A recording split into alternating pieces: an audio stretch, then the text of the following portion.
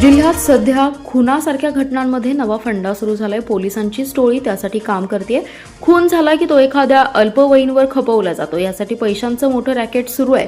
बाल सुधारगृहातून पुन्हा त्याला सुखरूप बाहेर काढलं जातं आणि खुनातील मुख्य संशयित नाम निराळे राहत आहेत, असा गंभीर आरोप खासदार विशाल पाटील यांनी केला.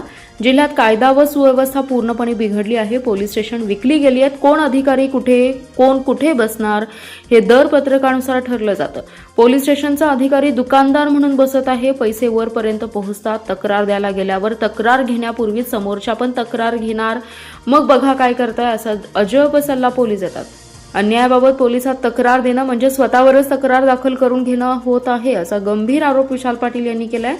दरम्यान सांगलीतील वेदांत बंडगरचा खून हा कायदा व सुव्यवस्थेचा बोजवारा उडाल्यानेच झाला असून अजूनही या घटनेतील मूळ निलेश गडदे याला वाचवण्याचा प्रयत्न सुरू असल्याचाही गंभीर आरोप पाटील यांनी केलाय. पालकमंत्र्यांनी केवळ भाजप वाढीच्या मागे न लागता जिल्ह्यातही लक्ष द्यावं असं आवाहन केलंय. खरात यांना धमकावूनही गडदे हा तक्रार देतेवेळी पोलीस ठाण्याच्या आवारातच होता. तेथून सांगलीत आला. धमकी देण्यापासून खून करण्यापर्यंत त्याने 4 गाड्या बदलल्या. या गाड्या कोणाच्या, त्याच्या विरोधात तक्रार देऊ नये यासाठी कोणी फोन केले याचा शोध घ्यावा. गडदेसह त्याच्यासोबत असणाऱ्या आणि संबंधित पोलीस अधिकाऱ्यांचे फोन कॉल तपासण्यात यावेत, अशी मागणी पाटील यांनी केली आहे. वेदांत बंडगर याच्या खुनातील मुख्य सूत्रधार निलेश विठोबा गडदे याला आज न्यायालयासमोर पोलिसांनी हजर केलं. त्याला 4 दिवसांची पोलीस कोठडी सुनावण्यात आली आहे. त्याने गोळीबाराची कबुली दिल्याचं पोलीस सूत्रांनी सांगितलं. या प्रकरणी एका अल्पवयीन मुलासह 2 संशयितांची नावे पुढे आली आहेत. त्यांच्यावर अद्याप कारवाई करण्यात आलेली नाही. दरम्यान त्याच्या अन्य साथीदारांचाही शोध घेतला जातोय, असं पोलिसांनी सांगितले. गडदेच्या या क्रूर कृत्याची त्याला थोडीसुद्धा शरम दिसून आली नाही. त्याला न्यायालयात नेताना मोठा पोलीस बंदोबस्त तैनात करण्यात आला होता. मिरज तालुक्यातील रेल्वेच्या मालधक्क्याच्या कामावरून खरात आणि गडदे गटात वाद होता. हे काम लक्ष्मण खरात यांच्याकडे. खरात यांनी हे काम सोडावं म्हणून संशयित निलेश गडदे दबाव आणत होता. बुधवारी रात्री 7च्या सुमारास 2 साथीदारांसह गडदे त्यांच्या घरात गेला. तेथे खरात नसल्यामुळे त्यांच्या पत्नीला धमकावून खंडणीही मागितली. खरात यांच्या घरात घुसून धमकावल्याची माहिती मिळताच हमाल पंचायतीचे नेते बाळासाहेब बंडगर तेथे गेले. गडदे विरुद्ध गुन्हा दाखल करण्यासाठी हमाल जमताच 2 गट समोरासमोर आल्याने तणाव निर्माण झाला. संतप्त हमालांनी गडदे समर्थकांच्या 4 चाकीवर दगडफेक केली. त्याच रागातून गडदे याने बाळासाहेब बंडगर यांना मारण्यासाठी सांगली गाठली. त्यावेळी अंगणात मोबाईल पाहत बसलेला बंडगर यांचा नातू वेदांतवर गोळी झाडली. त्यात त्याचा मृत्यू झाला. अखेर गडदे कर्नाटक सीमा भागातील एका लॉजवर असल्याची माहिती पथकाला मिळाली. त्यानुसार छापा टाकून त्याला काल ताब्यात घेतलं. आज न्यायालयासमोर हजर करण्यात आलं होतं. 4 दिवसांची पोलीस कोठडी सुनावण्यात आली आहे. तब्बल 1.5 महिन्यांच्या प्रदीर्घ उन्हाळी सुट्टीनंतर शैक्षणिक वर्ष 2026 व 27ला जिल्ह्यात मोठ्या उत्साहात सुरुवात झाली. जिल्ह्यातील सुमारे 2,500 शाळांची पहिली घंटा वाजली आहे. शाळेच्या पहिल्या दिवसानिमित्त राबवण्यात आलेल्या शाळा प्रवेशोत्सव उपक्रमात खासदार, आमदार, स्थानिक स्वराज्य संस्थांचे सदस्य तसेच वरिष्ठ अधिकारी यांनी शाळांमध्ये उपस्थित राहून विद्यार्थ्यांचं स्वागत केले. शाळेच्या पहिल्या दिवशी विद्यार्थ्यांची रथातून, बैलगाडीतून, वाहनातून मिरवणूक काढण्यात आली. काही ठिकाणी हाताचे, पायाचे ठसे कागदावर उमटवण्यात आलेत. फेटे नेसून औक्षण करून पुष्पवृष्टी करण्यात आली. पहिल्या दिवशी आहारात गोडधोड खाऊ देण्यात आलाय. अशा विविध उपक्रमांनी विद्यार्थ्यांचा शाळेचा पहिला दिवस संस्मरणीय करण्यात आलाय. जिल्हा परिषदेच्या अध्यक्षा संगीता पाटील यांनी नेरले जिल्हा परिषद शाळेत तर उपाध्यक्ष तथा शिक्षण सभापती ऋषिकेश लाड यांनी कुंडल येथील शाळेत जाऊन विद्यार्थ्यांचं स्वागत केलं. जिल्ह्यात आजपासून नवीन शैक्षणिक वर्षाचा प्रारंभ झाला. यानिमित्त शिक्षण विभागाच्या सूचनेनुसार शाळा प्रवेशोत्सव कार्यक्रम राबवण्यात आलाय. विद्यार्थ्यांचा शैक्षणिक वर्षाचा प्रारंभ आनंददायी व्हावा, त्यांचं शाळांमध्ये उत्साहात स्वागत व्हावं या उद्देशाने शाळांमधून पहिल्या दिवशी विविध उपक्रम राबवावेत अशा सूचना शिक्षण विभागाकडून देण्यात आल्या होत्या. त्या अनुषंगाने आज जिल्ह्यातील शाळांमधून विद्यार्थ्यांचं स्वागत करण्यात आलंय. अनेक शाळांमधून विद्यार्थ्यांच्या हाताचे, पावलांचे ठसे घेण्यात आलेत.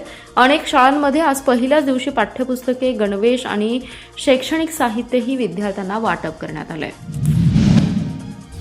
शक्तीपीठ महामार्ग बागायती शेती उद्ध्वस्त करणारा असून शेतकऱ्यांच्या कष्टावर पाणी फिरवणार आहे. सरकारकडे 1,05,000 कोटींचा महामार्ग उभारण्यासाठी निधी आहे. मात्र शेतकऱ्यांची कर्जमाफी, पाणी पुरवठा योजना, इतर प्रश्नांसाठी पैसा नाही.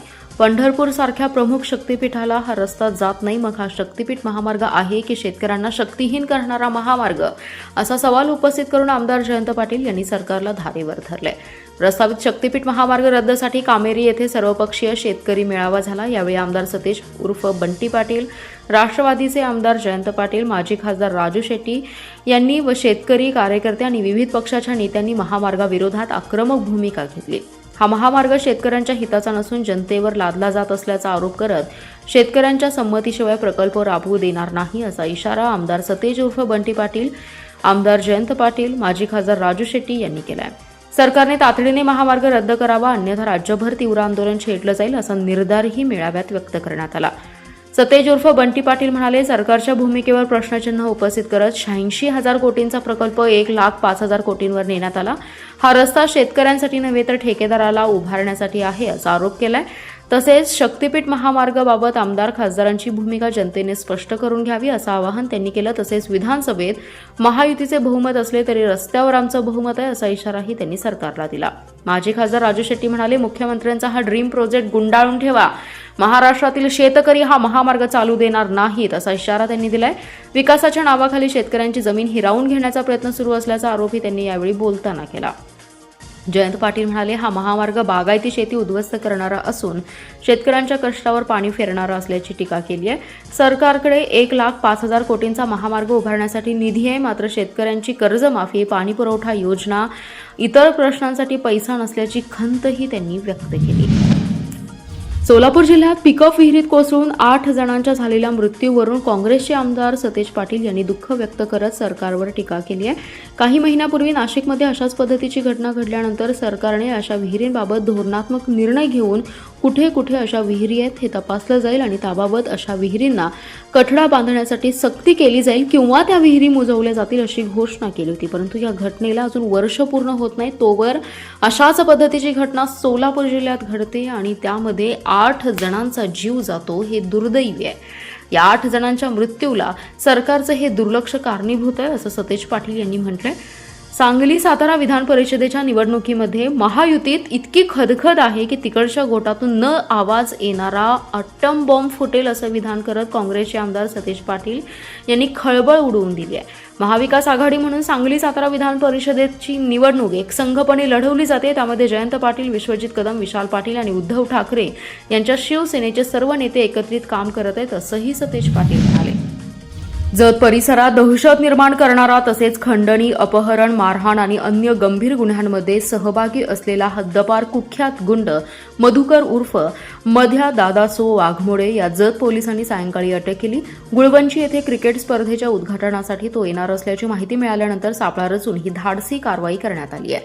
मधुकर उर्फ मध्या वाघमोडे हा जत परिसरातील सराईत गुन्हेगार असून त्याच्या विरुद्ध शरीराविरुद्धचे, मालमत्तेबाबतचे, खंडणी, अपहरण यांसारखे विविध गंभीर स्वरूपाचे गुन्हे दाखल आहेत। काही दिवसांपूर्वी तो मोक्का कायद्यातील गुन्ह्यात जामिनावर बाहेर आला होता। तसेच जत पोलीस ठाण्यामधील गुन्ह्यांमध्ये शस्त्र बाळगल्याप्रकरणी तो पाहिजे आरोपी होता। विधानसभा निवडणुकीच्या काळात आचारसंहिता लागू असताना पोलिसांकडून तपासणी सुरू असल्याचं पाहून त्याने वाहनासह पलायन केलं होतं। त्याच्या वाहनातून तलवार आणि लोखंडी एडका जप्त करण्यात आला होता। त्यानंतर तो परागंदा झाला होता। मोहिमेदरम्यान सहाय्यक पोलीस निरीक्षक बिरप्पा लातुरे यांना गुप्त बातमीदारामार्फत मधुकर उर्फ मध्या वाघमोडे हा गुळवंची येथे क्रिकेट स्पर्धेच्या उद्घाटन कार्यक्रमासाठी येणार असल्याची खात्रीशीर माहिती मिळाली। त्यानंतर त्यांनी पोलीस उपनिरीक्षक जीवन कांबळे, पोलीस कॉन्स्टेबल गणेश ओलेकर, योगेश पाटोळे आणि कोंडिबा बंडगर यांचं विशेष पथक तयार करून खासगी वाहनातून घटनास्थळी धाव घेतली। अत्यंत गोपनीय पद्धतीने सापळा रचत पथकाने मध्या वाघमोडे यास ताब्यात घेतलं। मुंबई उच्च न्यायालयाच्या आदेशानुसार महाराष्ट्र राज्यात प्रवेश करण्यास बंदी असतानाही त्याने आदेशाचं उल्लंघन केल्याचा गुन्हा दाखल करण्यात आलाय। कायदा सुव्यवस्थेचा अंत, बळी गेला वेदांत असा फलक घेऊन विश्रामबाग येथे कॅन्डल मार्च काढून वेदांत बंडगर याला श्रद्धांजली वाहिली आहे। यावेळी वेदांच्या मारेकरांना फाशी झालीच पाहिजे अशी जोरदार घोषणाबाजी करून परिसर दणाणून सोडला। वेदांत बंडगर या निष्पाप मुलाचा गुंडगिरीने बळी घेतल्याची घटना नुकतीच घडली। या घटनेच्या निषेधार्थ आणि कुटुंबाला न्याय मिळावा या मागणीसाठी सांगलीत विविध सामाजिक संघटना, राजकीय पदाधिकारी, सामाजिक कार्यकर्ते यांनी कॅन्डल मार्चचं आयोजन केलं होतं। विश्रामबाग जवळील शहीद अशोक कामटे चौकापासून सायंकाळी कॅन्डल मार्च निघाला। विश्रामबाग चौकातील क्रांतिसिंह नाना पाटील उद्यानासमोर आल्यानंतर श्रद्धांजली सभा घेण्यात आली। यावेळी वेदांच्या मारेकरांना फाशी झालीच पाहिजे अशी जोरदार घोषणाबाजी करण्यात आली आहे। कॅन्डल मार्चमध्ये वेदांचे वडील मारुती बंडगर, हमाल नेते बाळासाहेब बंडगर आणि बंडगर कुटुंबीय सहभागी झाले. हमाल माथाडी महामंडळाचे छत्रपती संभाजीनगरचे सरचिटणीस सुभाष लोमटे म्हणाले, गुंडगिरीच्या मुसक्या आवळण्याची जबाबदारी पोलीस प्रशासनाची असते. जत पोलिसांनी गोळीबाराच्या घटनेची तक्रार नोंदवून घेण्यास विलंब केला, त्यामुळेच गुंडांची ताकद वाढली. कोवळ्या बालकाचा खून करण्यापर्यंत मजल गेली. वेदांच्या मारेकरांना कठोर शिक्षा व्हावी यासाठी मुख्यमंत्री यांना भेटणार आहे. बीडचे राजकुमार गायकवाड, पद्माकर जगदाळे, तानाजी सावंत, ज्योती आधाटे, हमाल पंचायतीचे विकास मगदूम, सतीश साखळकर, भाजप नेते पृथ्वीराज पवार यांची भाषणे झाली. त्यांनी वेदांच्या मारेकरांना कठोर शिक्षा करण्याची मागणी केली आहे. अन्न व औषध प्रशासन विभागाकडून राज्यभरातील पानपट्टी धारकांवर सुरू असलेल्या कारवाईच्या निषेधार्थ जिल्हा पान असोसिएशनच्या वतीने सोमवारी जिल्हाधिकारी कार्यालयावर मोर्चा काढण्यात आलाय. यावेळी सांगली जिल्ह्यातील सुमारे 6,000 पानपट्टी चालकांच्या वतीने जिल्हाधिकाऱ्यांना निवेदन देण्यात आलं. असोसिएशनने दिलेल्या निवेदनात म्हटलंय की राज्य शासनाने 2012 मध्ये गुटखाबंदी लागू केल्यानंतर पानपट्टी धारकांनी या निर्णयाचं स्वागत करून पाठिंबा दिला होता. त्यानंतर पानपट्टी धारकांना विश्वासात न घेता विविध निर्बंध लादण्यात आले. त्यामुळे हजारो छोट्या व्यावसायिकांपुढे आर्थिक अडचणी निर्माण झाल्या. मागील 15 दिवसांपासून सांगली, मिरज, इस्लामपूर, विटा, कासेगाव परिसरातील पानपट्टी धारकांवर अन्न व औषध प्रशासनाकडून कारवाई सुरू आहे. महाराष्ट्राच्या सीमावर्ती भागातून मोठ्या प्रमाणावर गुटखा तस्करी होत असताना तस्करांवर कठोर कारवाई करण्याऐवजी किरकोळ पानपट्टी धारकांना लक्ष्य केलं जात असल्याची नाराजी व्यक्त केली. जिल्ह्यातील 6,000 पानपट्टी धारक तसेच त्यांच्यावर अवलंबून असलेल्या हजारो कुटुंबांच्या उदरनिर्वाहाचा प्रश्न निर्माण झालाय. पानपट्टी धारकांना गुन्हेगारांप्रमाणे वागणूक देण्याऐवजी गुटखा तस्करांवर कारवाई करण्याची मागणी केली. यावेळी राज्य पान व्यापारी महासंघाचे प्रदेशाध्यक्ष अजित सूर्यवंशी, जिल्हाध्यक्ष रत्नाकर नांगरे, जिल्हा कार्याध्यक्ष युसुफ जमादार, महापालिका क्षेत्र अध्यक्ष एकनाथ सूर्यवंशी, अशोक कारंडे, मकरंद जमदाडे, जिल्हा खजिनदार राजू पागे, प्रकाश मोरे, इम्रान मर्चंट, मयूर बांगर, राजेंद्र कदम यांच्यासह पानपट्टी चालक उपस्थित होते. कोल्हापूर दौऱ्यावर जात असताना गरजवंत मराठा समाजाचे नेते मनोज जरांगे पाटील यांनी सांगली जिल्ह्यातील गरजवंत मराठा समाजाच्या पदाधिकारी आणि कार्यकर्त्यांशी संवाद साधला. भोसे येथील अशोक शिंदे यांच्या शंभूराजे हॉटेलमध्ये जरांगे पाटील यांनी पश्चिम महाराष्ट्रातील मराठा समाजाने वेळी जागे व्हा असं आवाहन केलंय. पश्चिम महाराष्ट्र जर खंबीरपणे त्यांच्या पाठीशी उभा राहिला तर संपूर्ण महाराष्ट्र बंद करून टाकीन असा यलगारही त्यांनी केलाय. एका महिन्यात 17 संस्थानांचा GR काढतील, जर काढले नाहीत तर मोठे आंदोलन करण्याचा इशारा त्यांनी यावेळी दिला. त्यावेळी पश्चिम महाराष्ट्रातील मराठा समाजाच्या आरक्षणासंदर्भातील घडामोडी, कुणबी गॅझेटचा प्रश्न, समाजातील युवकांच्या शैक्षणिक आणि रोजगारविषयक प्रश्न तसेच आगामी आंदोलनाची दिशा यावर सविस्तर चर्चा करण्यात आली आहे. मनोज जरांगे पाटील यांनी समाज बांधवांच्या भावना जाणून घेत त्यांच्या अडचणी आणि मागण्या ऐकून घेतल्या. मराठा समाजाला न्याय मिळवून देण्यासाठी सुरू असलेल्या लढ्याची माहिती देताना त्यांनी समाजाने एकजुटीने राहण्याचं आवाहन केलंय. तसेच कुणबी नोंदी आणि कुणबी गॅझेट संदर्भातील प्रक्रियेला गती मिळावी यासाठी समाजाने संघटितपणे प्रयत्न करण्याची गरज असल्याचं त्यांनी सांगितलं. या संवाद बैठकीत सांगली जिल्ह्यातील गरजवंत मराठा समाजाचे पदाधिकारी, कार्यकर्ते आणि मोठ्या संख्येने समाज बांधव उपस्थित होते. या बैठकीत विविध विषयांवर सकारात्मक चर्चा होऊन समाजाच्या प्रश्नांबाबत पुढील वाटचालीसाठी दिशा निश्चित करण्यात आली आहे. महापालिका क्षेत्रातील मालमत्ता धारकांना वाढीव घरपट्टी संदर्भात नोटिसा दिल्या गेल्या आहेत. त्यावर हरकती दाखल होत आहेत. मात्र घरपट्टी विभागात गोंधळ निर्माण झालाय. त्यामुळे हरकतींना मुदतवाढ द्यावी व हरकतीदारांच्या लेखी उत्तर द्यावीत अशी मागणी वाढीव घरपट्टी विरोध कृती समितीच्या वतीने आयुक्तांकडे करण्यात आली आहे. त्यांनी याबाबत आयुक्तांना मागण्यांचं निवेदन देखील दिले. घरपट्टीच्या हरकती नोंदवण्यासाठी नागरिकांना प्रथम एका ठिकाणी फॉर्म जमा करावा लागतो आणि त्यानंतर सुनावणीची तारीख घेण्यासाठी दुसऱ्या मजल्यावर जावं लागतं. त्यामुळे ज्येष्ठ नागरिक, महिला तसेच दिव्यांग नागरिकांना मोठ्या अडचणींना सामोरं जावं लागतंय. घरपट्टी विभागासमोर दररोज मोठ्या प्रमाणात गर्दी होत असून प्रशासनाने याबाबत तात्काळ उपाययोजना करणं आवश्यक आहे. तसेच हरकती फक्त दुपारी 3 वाजेपर्यंत स्वीकारल्या जात असल्याचं नागरिकांच्या निदर्शनास आले. यात बदल करणं आवश्यक आहे. ऑनलाईन पद्धतीने हरकती दाखल करणाऱ्या अनेक नागरिकांच्या सुनावण्या अद्याप झालेल्या नाहीत. त्यामुळे त्यांचे अर्ज प्रलंबित राहिले असून नागरिकांमध्ये संभ्रमाचं वातावरण निर्माण झाले. पहिल्या टप्प्यात वितरित करण्यात आलेल्या नोटिसांवरील हरकती दाखल करण्याची मुदत संपली आहे. त्यामुळे सर्व नागरिकांना न्याय मिळण्यासाठी हरकती दाखल करण्यास मुदतवाढ देण्यात यावी. प्रत्येक हरकतदाराला कारणासह लेखी उत्तर देण्यात यावं अशी मागणी करण्यात आली. यावेळी सतीश साखळकर, हनुमंत पवार, वि. द. बर्वे, डॉक्टर ज्ञानचंद्र पाटील, आनंद देसाई उपस्थित होते. पलूस तालुक्यातील कृष्णा नदीकाठच्या परिसरात खरीप हंगामाची लगबग सुरू असताना शेतकऱ्यांच्या नजरा आभाळाकडे लागल्या आहेत. 7 जून रोजी झालेल्या वादळी आणि जोरदार पावसानंतर पावसाने विश्रांती घेतल्याने शेतकरी चिंतेत आहे. आकाशात ढगांची गर्दी होत असली तरी पाऊस हुलकावणी देत असल्याने पेरणीची कामे आणि पावसाची प्रतीक्षा अशी दुहेरी चित्र सध्या पाहायला मिळते. यंदा सोयाबीन आणि भुईमूग बरोबरच भात पिकाकडे शेतकऱ्यांचा कल वाढलाय. गेल्या काही वर्षात अनेक शिवारांमध्ये मोठ्या प्रमाणावर पाणी साचत असल्याचा अनुभव आल्याने अशा भागात भात पेरणीला पसंती मिळते. छोट्या ट्रॅक्टरच्या साहाय्याने तसेच पारंपरिक बैलजोडीच्या मदतीने भात पेरणीची कामे सुरू आहेत. मात्र मान्सूनचं आगमन लांबल्याने शेतकरी काळजीत पडलेत. काही ठिकाणी पेरण्या पूर्ण झाल्या असल्या तरी पुढील पावसाअभावी उगवणीची चिंता निर्माण झाली आहे. त्यामुळे सर्वांचे डोळे हवामान विभागाच्या अंदाजाकडे लागलेत. आगामी काळात पावसाची स्थिती कशी राहणार यावरच खरीप हंगामाचं गणित अवलंबून आहे. दरम्यान विविध वर्तमानपत्रांमधून उपसाबंदी संदर्भातील बातम्या प्रसिद्ध होत असल्याने कृष्णा काठावरील शेतकऱ्यांमध्ये धास्तीचं वातावरण निर्माण झालंय.